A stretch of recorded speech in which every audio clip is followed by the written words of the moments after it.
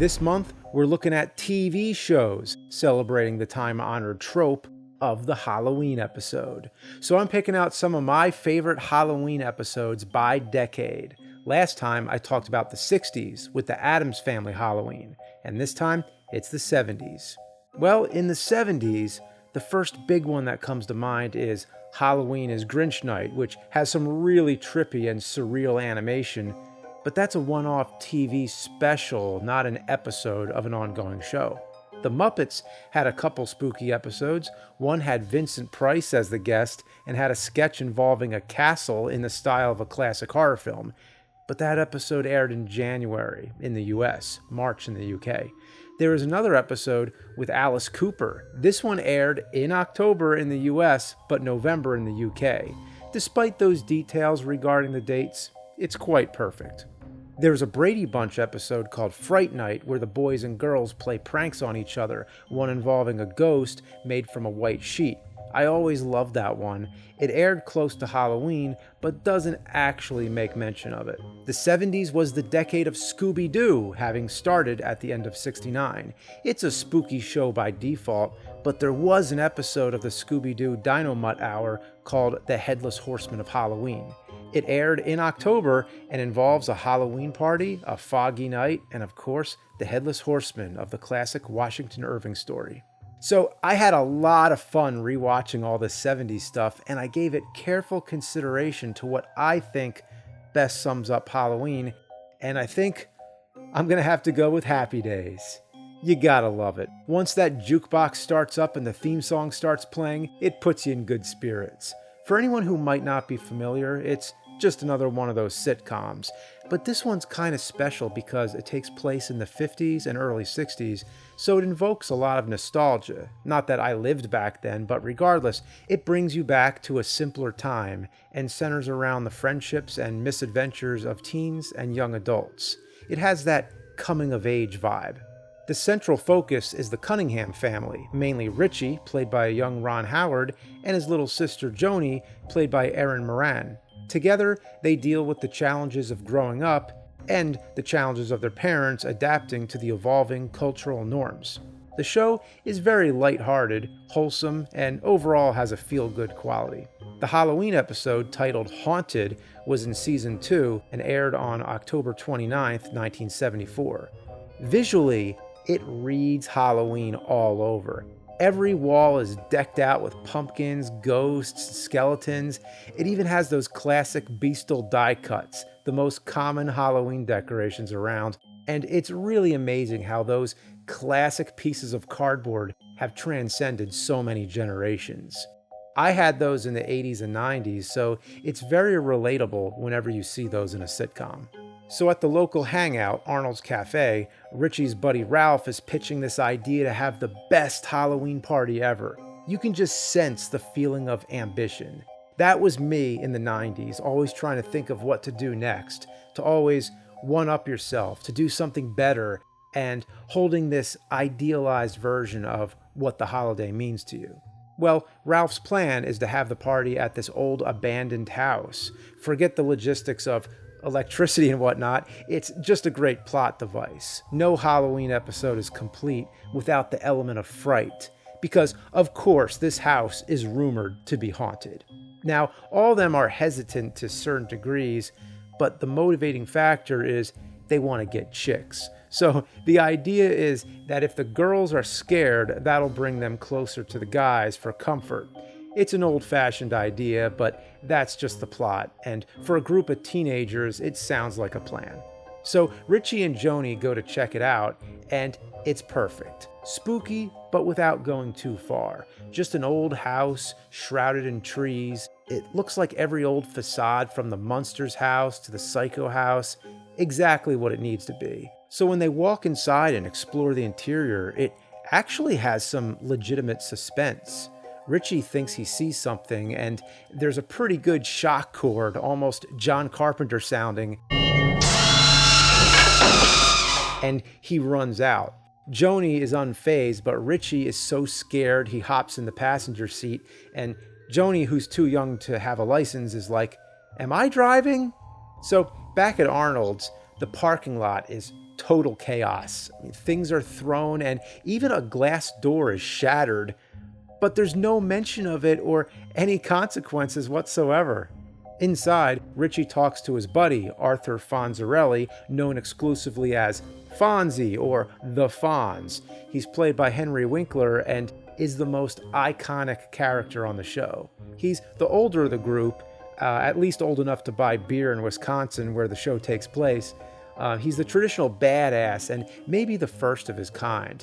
Known for his leather jacket, motorcycle, and tough guy attitude, he's what you call the epitome of coolness. His relationship with Richie is interesting because he's kind of like the bigger kid who tries to give you advice because Richie is not so hip and cool, so Fonzie tries to show him the ways. And that's why this scene really pops, because it shows a rare side of Fonzie, which we'll get to in just a second.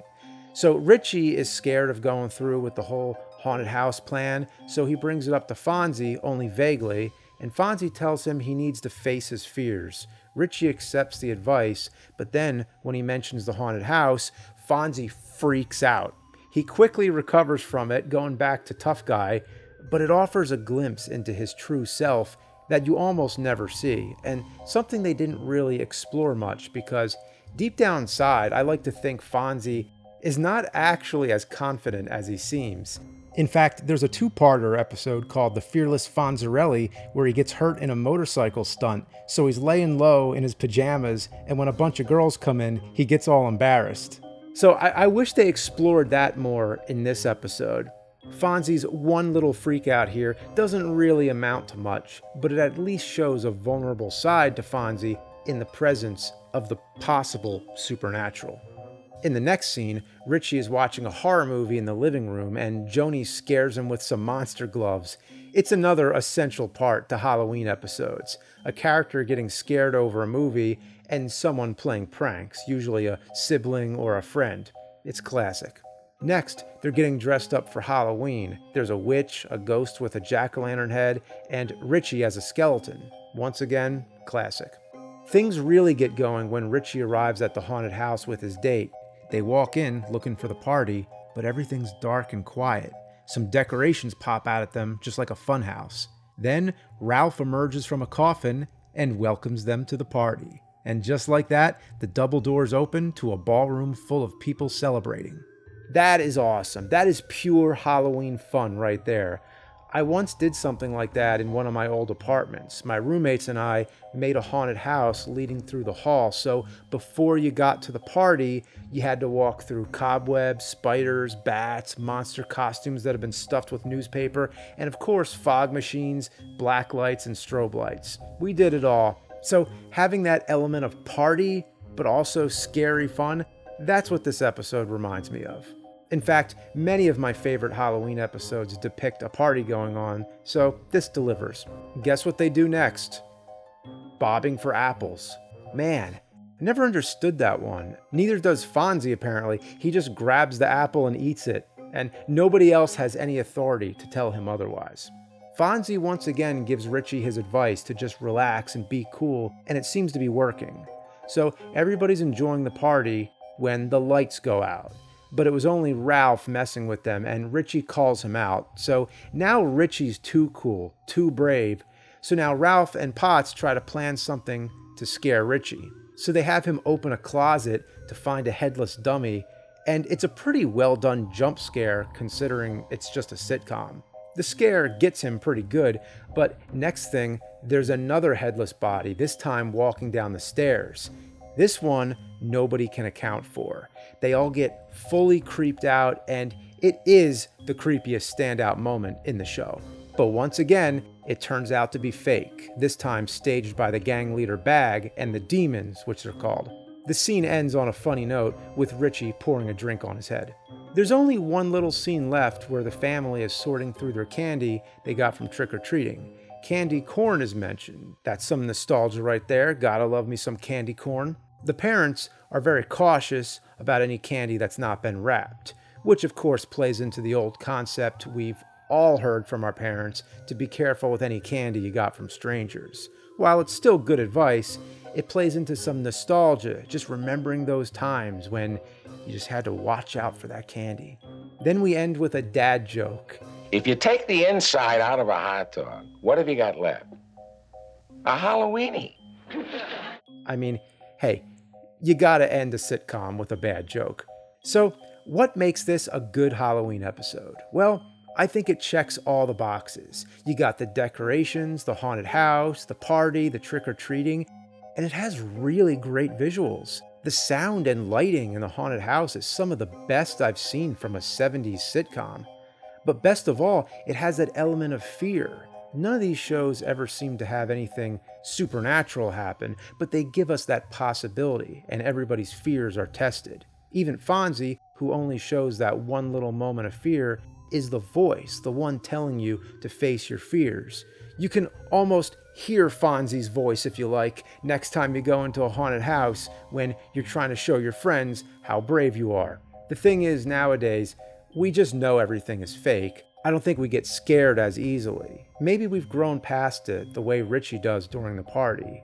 Maybe we need to stay scared in some way to find the right, healthy balance. I think the best thing this episode does is inspire you to celebrate the holiday, to think of how would your idea of the best Halloween party go. I think that's another idea that's universal, even in Christmas movies like National Lampoon's Christmas Vacation, where Mr. Griswold's whole mission is to have the best Christmas, just a perfect, good old-fashioned time, the way he's idealized it. You can't go wrong when you have universal themes played out by a cast of humorous characters, and when it comes to Halloween, you just can't beat a sitcom like this. Seeing familiar characters in costumes celebrating the season, it truly makes you feel like it's Halloween time. It may not be the best Happy Days episode, but as far as Halloween goes, I give it an A+, or more like an A+. Yeah.